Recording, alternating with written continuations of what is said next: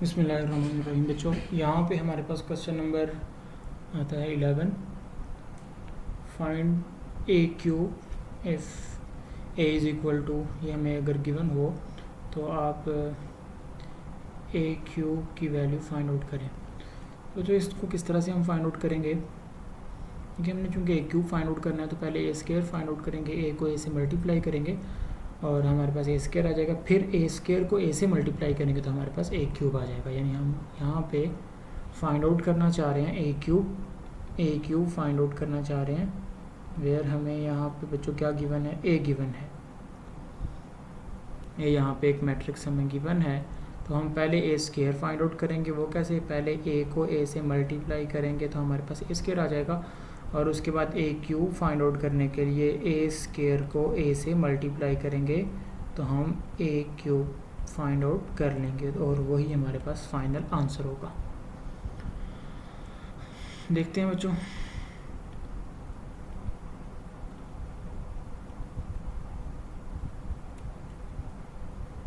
Question number हमारे पास है बच्चों 11। ए गिवन है 113526,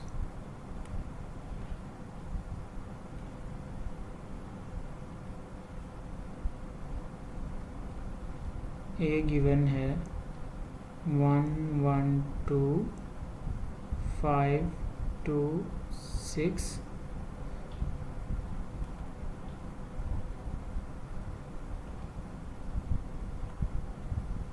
and -2 -1 -3, -2 -1 and -3। अब यहाँ पे 3 है हमारे पास।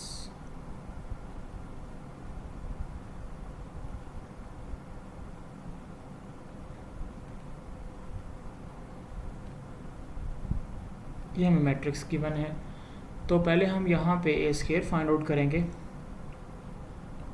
नाउ ए स्क्वायर किसके इक्वल होता है, A dot A square is equal to, A को यहाँ पे लिखेंगे 113,526 -2 -1 and -3 multiplied by, again A लिखेंगे 113,526 एंड -2 -1 एंड -3 आ गया बच्चों। इनको मल्टीप्लाई कर दें by the matrix multiplication. First function इसको जो फर्स्ट रो को फर्स्ट कॉलम से, फिर फर्स्ट रो को सेकंड कॉलम से, फर्स्ट रो को थर्ड कॉलम से और उसके बाद एक एक रो को अपने पकड़ना है और सब कॉलम से मल्टीप्लाई करना है। फर्स्ट रो को फर्स्ट कॉलम से मल्टीप्लाई करेंगे 1 1s are 1 plus 1 5s are 5 और 3 -2s are -6 आ गया। फिर 1 1s are 1 1 2s are 2 and 3 -1s are -3 आ गया। उसके बाद फर्स्ट रो को थर्ड कॉलम से, तो 1 को 3 से मल्टीप्लाई किया 3 3 6 are 18 and 3 -3 are -9। Second row को फर्स्ट कॉलम से 5 प्लस 10 -12। सेकेंड रो को सेकेंड कॉलम से 5 1s are 5 plus 4 -6। Second row को थर्ड कॉलम से 5 3s are 15 2 6s are 12 and 6 -3s are -18। Third row को फर्स्ट कॉलम से -2 -1 5s are -5 and plus 3 2s are 6 आ गया। Third row को second column से -2 -2 एंड प्लस 3 और थर्ड रो को थर्ड कॉलम से -2 3s are -6 प्लस 9। जो इनको सिंप्लीफाई कर रहे हैं तो आपके पास ए स्क्वायर क्या मिलेगा, आपको ए स्क्वायर बच्चों आपको मिल जाएगा 6 -6 0 3 -3 ये भी 0 हो गया उसके बाद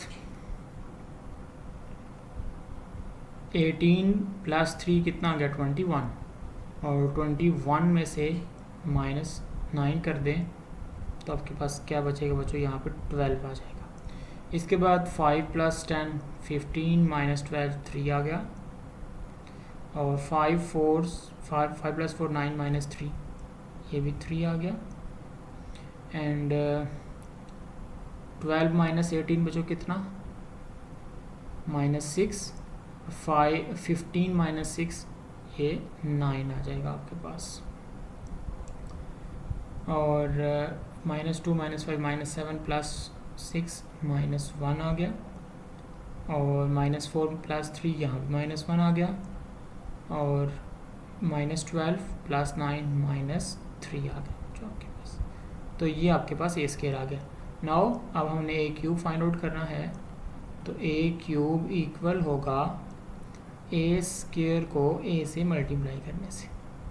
a क्यूब हम कैसे फाइंड आउट करेंगे बच्चों, यहाँ पे a स्क्वायर लिखेंगे 0 0 12 3 3 9 -1 -3, और इसको मल्टीप्लाई करेंगे a के साथ। a हमारे पास क्या था 1 1 3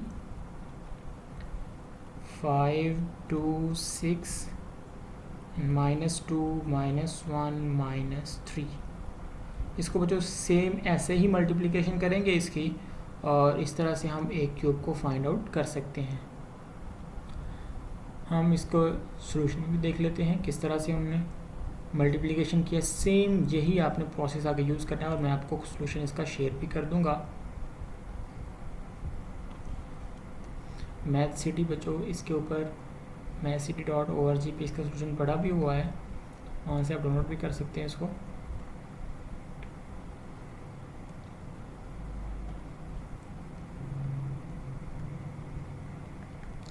आई थिंक ये आ गया बच्चों आपके पास, ये देखें a² आपके पास ये है, और a हमारे पास ये है। अब इनको हमने मल्टीप्लाई किया, जैसे मैंने आपको पहले मल्टीप्लाई करके दिखाया, वैसे इसको मल्टीप्लाई करेंगे तो आपके पास ये वाला मैट्रिक्स आ जाएगा, और इसके बाद इसको ऐड करेंगे तो आपके पास 0 0 0 0 0 0 एक नल मैट्रिक्स आ जाएगा ऑर्डर 3 का। तो इस तरह से बच्चों हम a क्यूब को फाइंड आउट कर सकते हैं। नेक्स्ट चलते हैं अपने नेक्स्ट क्वेश्चन पे।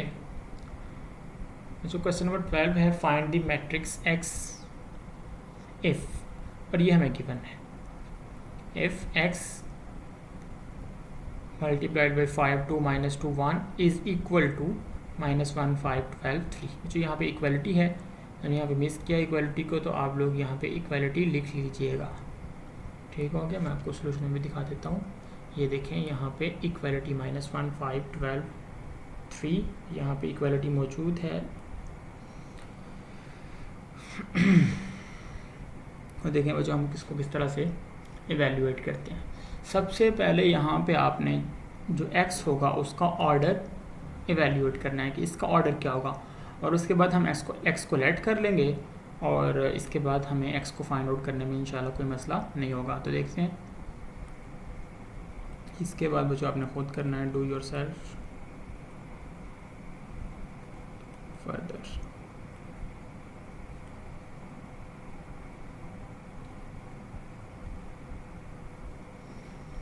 क्वेश्चन नंबर 12 का फर्स्ट पार्ट है हमारे पास।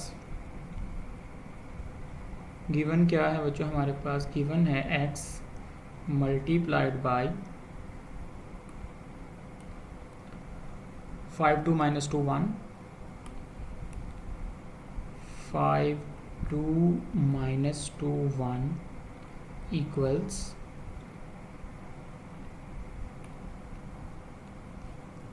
-1 5 12 3 -1 5 12 3। ये हमें गिवन है। इसका क्या मतलब है बच्चों, जो गिवन है इसका मतलब ये है कि x एक ऐसा मैट्रिक्स है जिसको अगर हम इस मैट्रिक्स से मल्टीप्लाई करें तो हमारे पास ये मैट्रिक्स आ जाए। तो आप x को इवेल्युएट करें, तो x हमारे पास एक मैट्रिक्स है, अब उसको हमने इवेल्युएट करना है। तो सबसे पहले इस तरह का क्वेश्चन जो होगा, अभी जो कि हमने इन्वर्सेस को नहीं पढ़ा, तो हम x का ऑर्डर फाइंड आउट करेंगे।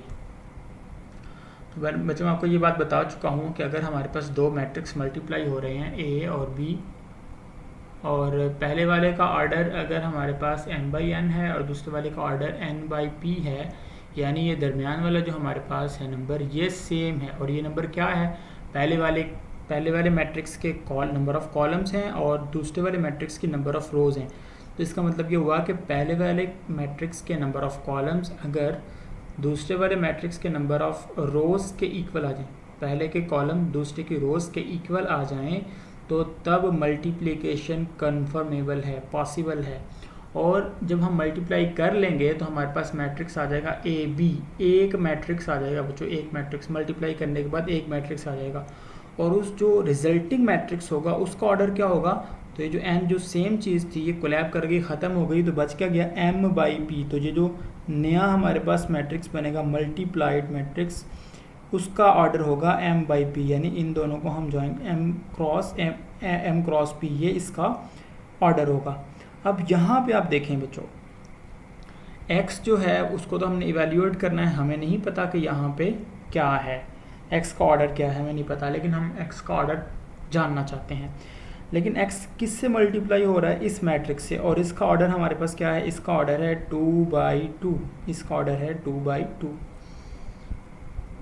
और जो रिजल्टिंग मैट्रिक्स है बच्चों उसका ऑर्डर हमारे पास क्या है, उसका ऑर्डर है 2/2। तो अब देखें बच्चों, इस यहाँ से ज़रा गौर करें इसके ऊपर कि x का ऑर्डर हमें क्या रखना चाहिए। सबसे पहले ये है कि x का ऑर्डर ऐसा होना चाहिए कि उसको हम इससे मल्टीप्लाई कर सकते हैं, मल्टीप्लिकेशन कन्फर्मेबल हो। तो मल्टीप्लिकेशन कन्फर्मेबल उस वक्त होगी जब x के कॉलम्स इसकी रोज़ के इक्वल होंगे। तो इसकी रोज़ कितनी है बच्चों, इसकी रोज़ 2 हैं, तो x के कॉलम भी 2 होने चाहिए। तो इसका मतलब ये होगा कि बच्चों x के कॉलम 2 होने चाहिए।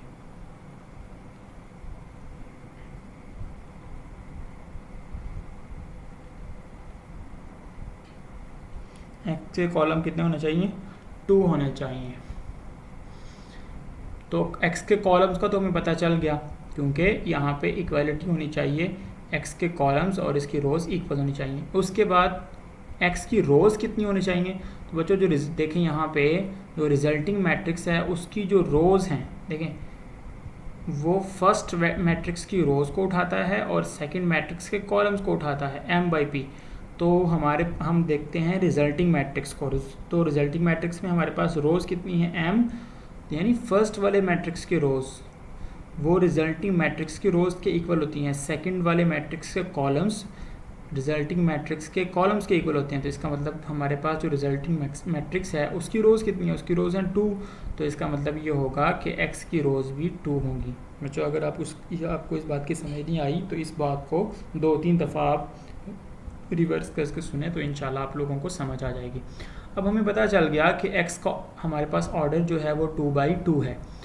अगर हमें इस बात का पता चल जाए उसके बाद हम x को लेट करेंगे, यानी हमें ये तो पता चल गया कि x एक 2/2 का मैट्रिक्स है।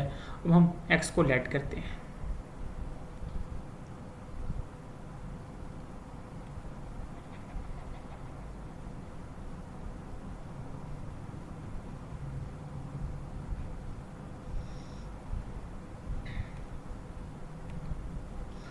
तो यहाँ पे लेट करेंगे, let x is equal to एक 2/2 का मैट्रिक्स ABCD, जिसकी एंट्रीज हमें नहीं पता, हम उसकी एंट्रीज़ को ABCD रख लेते हैं। और उसके बाद हम जब ABCD की वैल्यूज़ को फाइंड आउट करेंगे तो यहाँ पे बच्चों इसकी वैल्यूज़ को रखेंगे तो हमारे पास x आ जाएगा।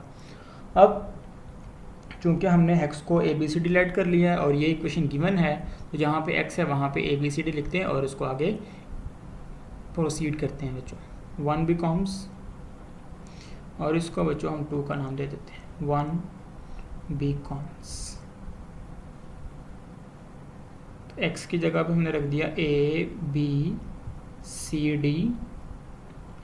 Multiplied by 5 2 -2 1 is equal to -1 5 12 3। अब इसको मल्टीप्लाई करें बच्चों, फर्स्ट रो को फर्स्ट कॉलम से a इंटू 5a और b into -2 -2b, first row second column 2a plus b, second row first column 5C minus 2D, और second row second column 2C plus D is equal to -1, 5, 12 and 30।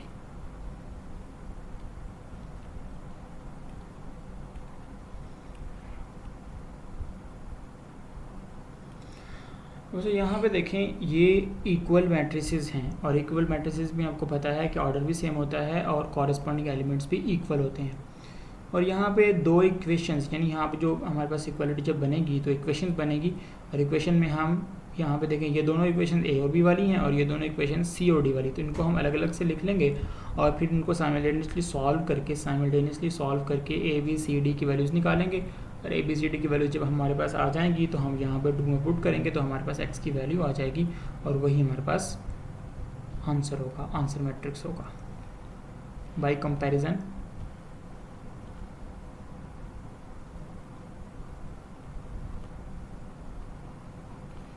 Comparison of corresponding elements. तो बच्चों हमारे पास क्या आ गया, 5A minus 2B is equal to, देखें 5A minus 2B की जगह गया -1, इसको हमने 3 का नाम दे दिया, इक्वेशन नंबर 3, और 2A plus B is equal to 5, इसको हमने बच्चों 4 का नाम दे दिया। और ये दो इक्वेशन एक तरह की हैं, 5C minus 2D is equal to 12 and 2C plus D is equal to 3 is equal to 3। तो जो यहाँ से हमने इसको साइमल्टेनियसली सॉल्व करना है, आप इसको मल्टीप्लाई कर दें और ऐड कर सकते हैं, यानी यहाँ पे देखें कोफिशिएंट्स इक्वेट करके मल्टीप्लाई कर लें, और उसके बाद जो इनके यानी कोफिशिएंट किसी एक जो हमारे पास अननोन है उसका कोफिशिएंट इक्वेट करें और उसके बाद इनको सॉल्व कर लें, आपके पास ए बी सी डी की वैल्यूज आ जाएंगी। तो इनको हम नाम देते हैं बच्चों 5 और 6 का। कैसे कर सकते हैं इसको, बड़ी आसानी के साथ देखें, यहाँ पे b का कोफिशिएंट -2 है, अगर हम यहाँ पे b का कोफिशिएंट 2 बना लें, यानी इसको 2 से मल्टीप्लाई कर दें और उसके बाद ऐड करें, तो 2b माइनस 2b ख़त्म हो जाएगा, हमारे पास a की वैल्यू आ जाएगी। उस a की वैल्यू को किसी एक इक्वेशन में पुट करने से हमारे पास b की वैल्यू भी आ जाएगी, और यहाँ भी हम वैसे ही करेंगे। तो हम क्या करेंगे बच्चों, equation number 3 plus 2 multiplied by equation number, यानी इक्वेशन नंबर 3 वैसे लिख दिया, 5A minus 2B is equal to -1, और इक्वेशन नंबर 4 को 2 से मल्टीप्लाई किया, तो 2 से मल्टीप्लाई करें पूरी इक्वेशन को, तो आपके पास क्या आ जाएगा, 4A plus 2B is equal to 5 2s are 10, और इनको ऐड कर दें बच्चों, ऐड करेंगे तो -2B प्लस 2B से ख़त्म, 5A plus 4A 9A is equal to 10, -1 plus 10 कितना आ जाएगा, 9 आ जाएगा। तो बच्चों A की वैल्यू 9/9 1 आ गई। इस A की वैल्यू को आप किसी एक इक्वेशन में पुट कर दें, हम इसको 4 वाली इक्वेशन में पुट करते हैं, पुट इन 4, तो क्या आएगा हमारे पास 2 इंटू A की value 1 plus B is equal to 5, B is equal to 5, ये इधर आके -2, तो B की वैल्यू बच्चों हमारे पास आ गई है 3। तो इस तरह से हमने B की वैल्यू फाइंड आउट कर ली। इसी तरह हम सेम प्रोसेस 5 और 6 पे अप्लाई करेंगे। अब हम क्या करेंगे, equation number 5 plus 2 multiplied by equation number 6, तो 5 को लिखें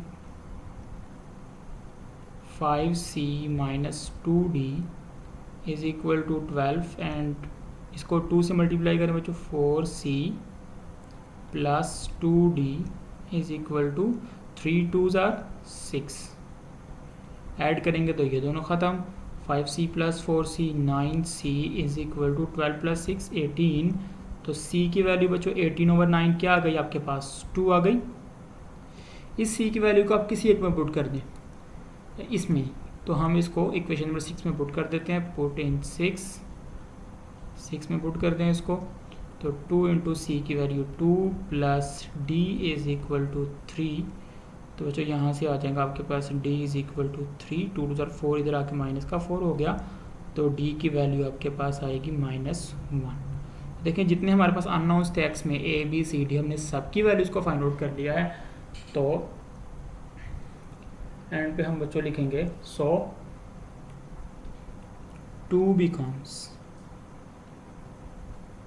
2 क्या बन जाएगा, 2 की जो इक्वेशन है वो क्या बन जाएगी बच्चों, x is equal to A की values, A B C D सबकी वैल्यूज रखनी है। ए की कितनी वैल्यू हमारे पास आई है 1, बी की वैल्यू क्या आई है 3, और सी की वैल्यू आई है 2, और डी की वैल्यू आई है -1।